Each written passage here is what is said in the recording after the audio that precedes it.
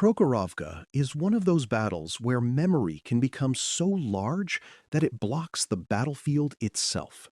For decades, it was often presented as the greatest tank clash in history, a vast head-on collision in which Soviet armor threw itself at elite German panzer divisions and destroyed their offensive power in one apocalyptic day.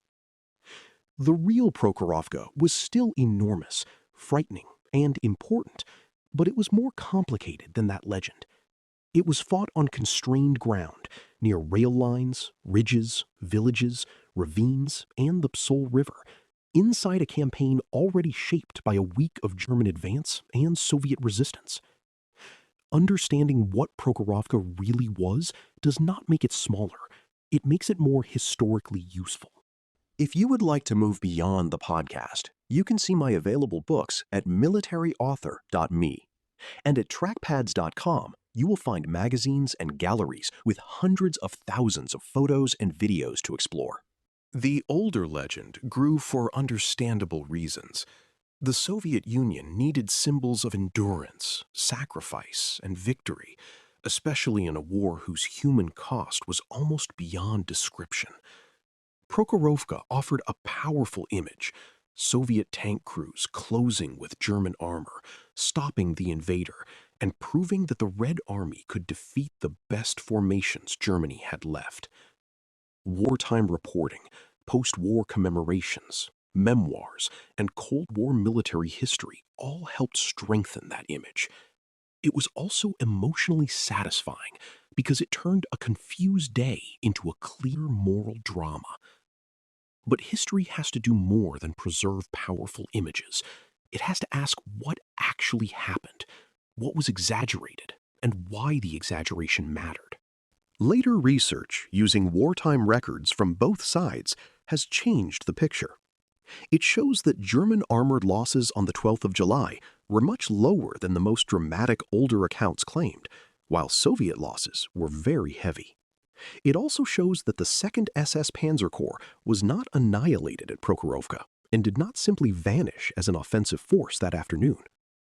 That correction matters, but it should not be handled with a smirk. The point is not to replace one myth with another by pretending the day was insignificant. The point is to separate tactical destruction from operational effect. A battle can be tactically costly for one side and still contribute to stopping the enemy's larger plan. What Prokhorovka really was, first of all, was a series of connected battles rather than one clean, armored meeting engagement. Fighting took place across a battlefield, shaped by terrain and by the positions reached during the German advance. The Soviet counterattack struck into a German force that was partly attacking, partly defending, and partly trying to maintain its southern momentum. Some clashes were close and chaotic, while others involved German tanks and anti-tank weapons firing from more favorable positions at Soviet armor moving forward under pressure. The battlefield was not a flat tournament ground. It was a restricted and confused combat zone where units entered the fight unevenly and where local conditions mattered enormously. It was also not a simple Soviet tactical victory in the narrow sense. Rotmistrov's 5th Guards Tank Army suffered severe losses and did not smash through the German corps in the way Soviet accounts later suggested.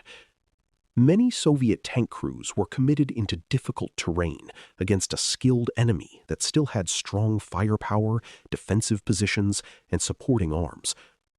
The attack achieved the vital purpose of stopping or disrupting the immediate German danger near Prokhorovka, but it did so at a price that shocked even Soviet commanders. This is an important distinction.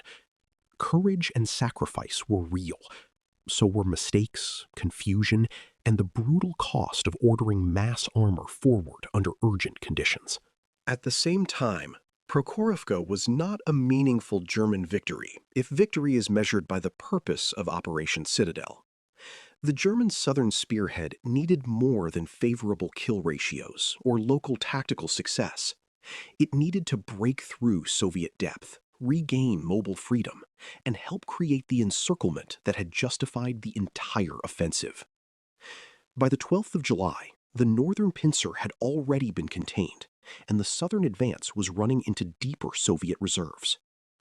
A German force that could still destroy Soviet tanks was not the same thing as a force able to decide the campaign. Prokhorovka mattered because it came at the moment when German tactical power no longer had enough time and space to become operational decision. The battle should therefore be understood as an operational interruption within the larger Kursk campaign. The Soviets did not win the day by cleanly destroying the German armored corps. They won something more complicated. They denied the Germans the continuation of momentum on terms that could still rescue Citadel. The German advance had already been slowed by mines, anti-tank belts, artillery, infantry strongpoints, and constant delay. Prokhorovka added the weight of major Soviet reserves at the crisis point. The result was not a neat battlefield annihilation, but a further narrowing of German possibility. After days of fighting through prepared depth, the Germans were still dangerous, but the operation they were trying to save was becoming strategically hollow. This interpretation also helps explain why the myth lasted so long.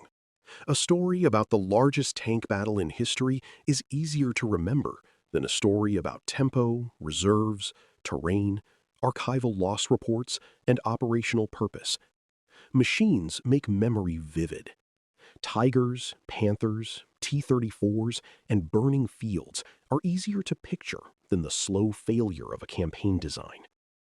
German post-war accounts sometimes encourage their own distortions by emphasizing tactical skill, Soviet numbers, or Hitler's interference, while downplaying the larger strategic exhaustion of the Wehrmacht.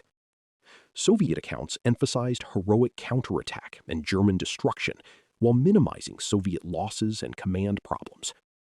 Both kinds of memory simplified the battle in ways that made it more dramatic, but less accurate. The real teaching value of Prokhorovka lies in how it reveals the difference between a tank battle and armored warfare. A tank battle is what the eye notices: armored vehicles firing, moving, burning, and colliding in the dust. Armored warfare is the entire system that produces or prevents decision. Reconnaissance, artillery, engineers, infantry, air support, fuel, maintenance, radios, reserves, terrain, and command timing.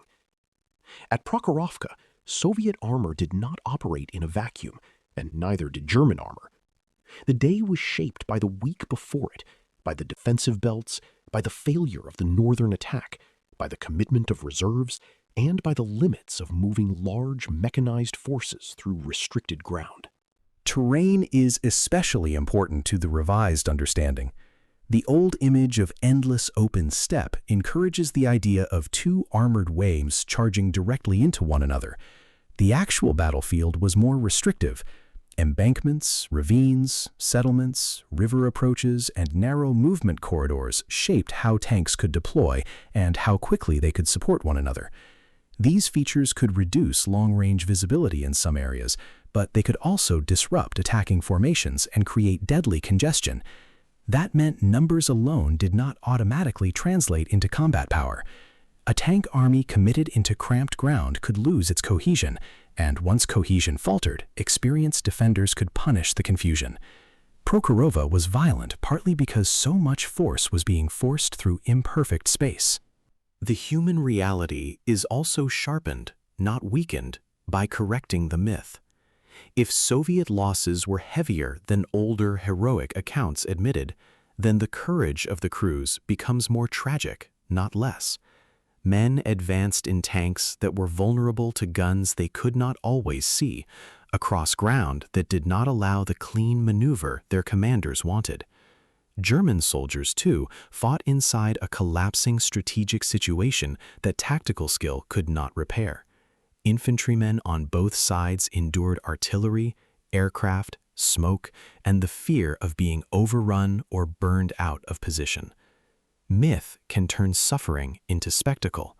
History should return weight to it by showing that these were not symbols moving across a board, but human beings caught inside decisions made at levels far above them. The wider date matters as well. On the 12th of July, while Prokhorovka raged in the south, the Soviet Union also launched Operation Kutuzov against the German-held Orel salient in the north. That meant Kursk was no longer simply a German offensive being resisted. It was becoming a widening Soviet counteroffensive across the front. This is crucial to judging Prokhorovka. Even if German units near Prokhorovka remained tactically capable, the strategic environment was shifting against them. The battle in the south cannot be separated from the northern counteroffensive, the failure of the northern pincer, the growing Soviet reserves, and the wider Allied pressure on Germany. Prokhorovka was one violent node in a campaign whose balance was moving decisively away from German initiative. What Prokhorovka really was, then, was not the neat legend of an apocalyptic tank smash-up that single-handedly destroyed German armored power. It was a costly, chaotic, operationally decisive interruption at the crisis point of the southern face of Kursk. It showed that Soviet commanders could commit deep reserves to halt a dangerous armored penetration, even if the immediate tactical price was terrible. It showed that German armored forces could still fight with great effectiveness, but no longer had the strategic margin to turn battlefield skill into campaign victory. That is why correcting the myth does not deflate Prokhorovka. It sharpens the lesson. The battle matters not because the simplest story is true, but because the real story shows armored warfare as it is. Powerful machines embedded in systems, constrained by terrain, driven by command decisions, and judged finally by whether they change the course of a campaign. You've been listening to Famous Tank Battles. These battles were never just about machines. They were about doctrine, terrain, firepower, logistics, and the hard problem of turning shock into victory. For more military history writing and books, visit militaryauthor.me. And for magazines, podcasts, and a massive archive of military photos and video, visit trackpads.com. Thanks for listening.